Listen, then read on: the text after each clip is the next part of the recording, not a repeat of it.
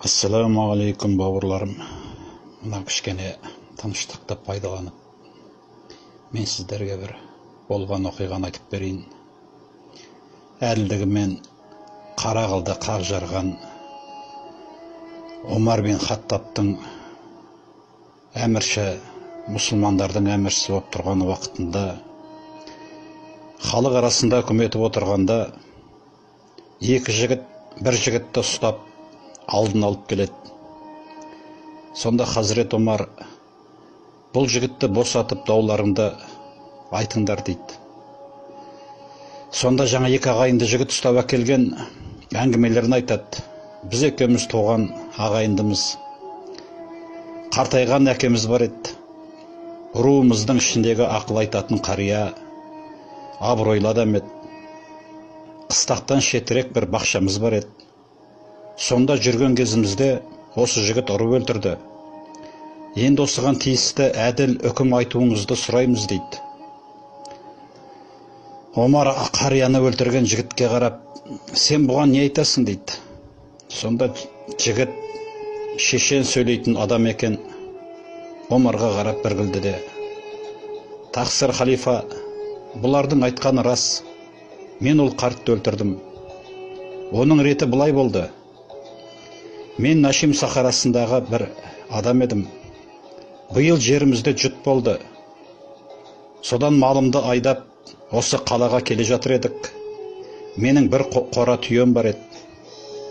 Жолымыз осылардың қыстағының ортасынан өтіп, бақтарының қасынан жүрдік. Түйемнің ішінде үлегім болушы еді. Ол түйенің құты ортасындағы патшасы сияқты. Сол үлегім бақтың жолға қарай шығып тұрған бір бұтағын шалып тартты да сындырып жеді. Қария тұра жүгіріп, бір тасты ала салды да жіберіп қалып еді. Үлегімнің басына тиіп, үлегім сол жерде өлді. Мен мал ашуы, жан ашуы деп сол тасты ала салдым да шалға лақтырып қалып ем. Ол кісінің маңдайына тиді де тас. Оның өлердей жан дауысы даланы жаңғырықтырды. Мен қаштым, бұл екі жігіт қуып, мені ұстап, сізге әкеліп отыр. Алланың атымен айтылған сөзде өтірік болмайды. Ол кісі қайтыс болды. Бар шындық осы дейді. Сонда мұсылмандардың әміршісі, қалайда кісі өлтіргенің ақиқат болған соң, тиісті жазаңды тартасың дейді. Сонда жаңағы қарияны өлтірген жігіт айтады: тақсыр, шариғат бойынша нендей жаза болса да тартуға мен дайынмын. Бірақ әкем қайтыс боларда мына малдың бәрін, дүниенің бәрін маған тастады да, өзімнен кейінгі ініме бір дорба алтын күміс беріп, мынаны ақыл тоқтатып есейгеннен кейін берерсің деп соны тастап кетіп еді. Мен оны бір жерге көміп едім. Оны менен басқа ешбір жан білмейді. Егер маған өлім жазасын берсеңіздер, сол аманат балаға тапсырылмай далада қалмасын. Сол дүниені балаға табыс ету үшін 3 күн маған рұқсат беріңіз. Қайтып келген соң, нендей үкіміңіз болса да шығара беріңіз дейді жігіт. Сонда Омар отырған кісілерге қарап, бұл жігітті 3 күнге кім кепілдікке алады дейді. Елдің бәрі үндемейді, бір-біріне қарайды. Өйткені бұл жігіт 3 күннің ішінде келмесе, сол кепілге алған адам сол адамның орнына өлім жазасына кесілуге тиіс болатын. Сонда пайғамбарымыздың жанында жүрген досы, қарт сахаба Әбу Зар орнынан тұрды.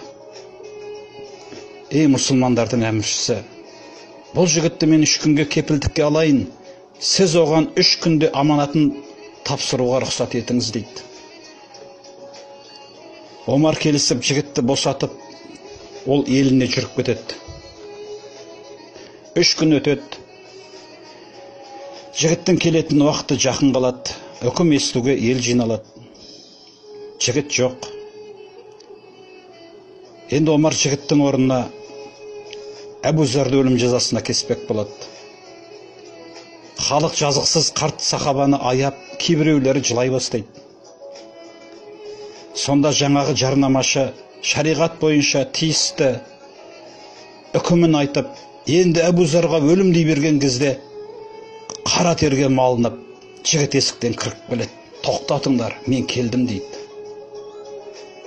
Елдің бәрі жалт қарап, о азамат, қандай уәдешіл жігіт едің, өлімнен қашпай қалай келіп тұрсың, сен әрі қарай басқа елге өтіп кетсең де сені ешкім таба алмай қалушы еді ғой деп елдің бәрі таң қалып қараған кезде, мен мұнда алып келген адамдық, адам жанын берсе де адамдық арын бермеу керек.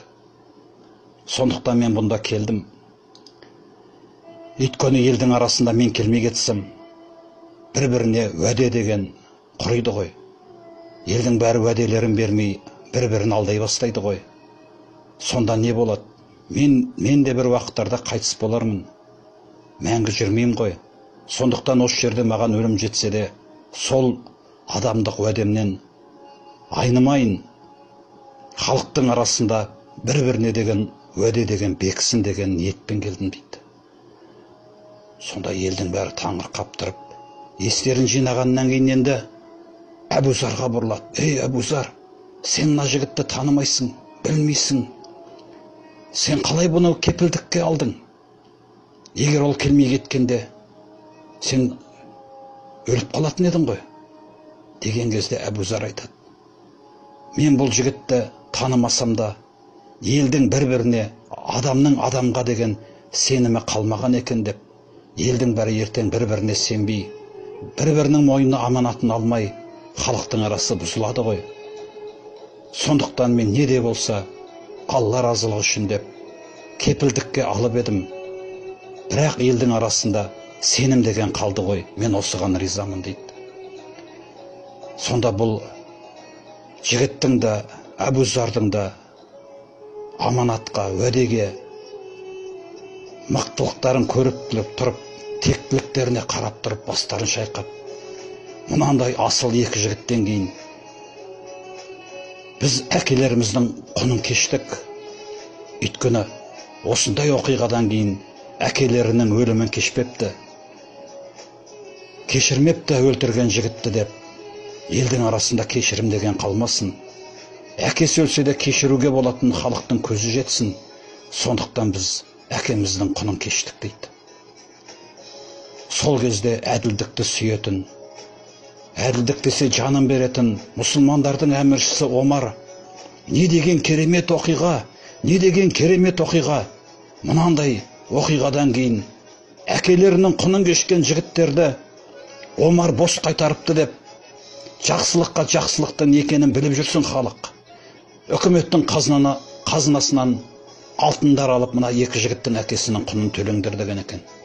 Міне құрметті жамағат, аманат, уәде, кешірім, жақсылық деген осы ұғымдарды біз өзімізге және ұрпағымызға жеткізе білсек, біз онда үлкен қуатты елге, абыройлы, айбатты, мықты елге айналатынымызға шүбә жоқ. Алла разы болсын тыңдағандарыңызға. Әмин.